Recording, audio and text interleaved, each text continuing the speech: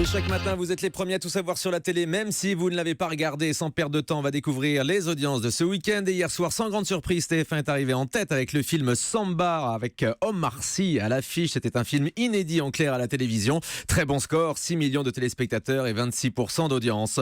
France 2 proposait de son côté le film Quai d'Orsay avec Thierry Lhermitte, 2 300 000 téléspectateurs et 9,3% d'audience. Ce qui fait que France 2 est battu par France 3 hier, puisque France 3 proposait cette série Les Enquêtes de Morse à 2 800 000 téléspectateurs et 11,1% d'audience.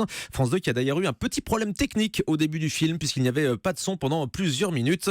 La courbe a un petit peu souffert de ce problème technique donc au tout début de la soirée. Et puis l'audience qu'on attend ce matin, c'est évidemment celle de l'émission produite par Mélissa Torio, diffusée sur C8 hier soir, présidentielle, candidat au tableau. Je vous le disais à l'instant, c'est un très bon score, 1 300 000 téléspectateurs pour C8 le dimanche soir.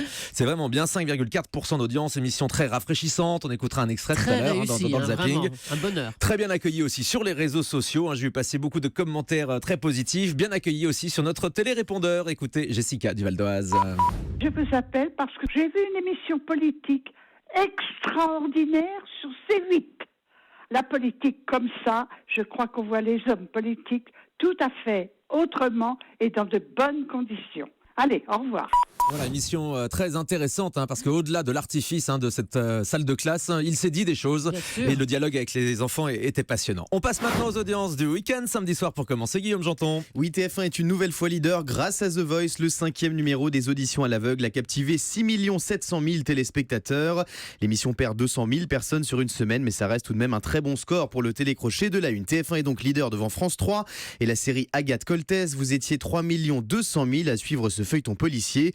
Et puis troisième, France 2, les années bonheur de Patrick Sébastien ont diverti 2 200 000 Français. C'est génial. C'est génial. Et maintenant, vendredi soir, est-ce que c'est génial aussi? Eh bien oui, c'est génial. Pour TF1, là encore, la une est largement leader avec Koh-Lanta stable à 6 millions de téléspectateurs et 29% de part de marché. Derrière, on trouve France 2 et la série K1. L'épisode diffusé vendredi soir a attiré 3 900 000 personnes, soit 16% du public.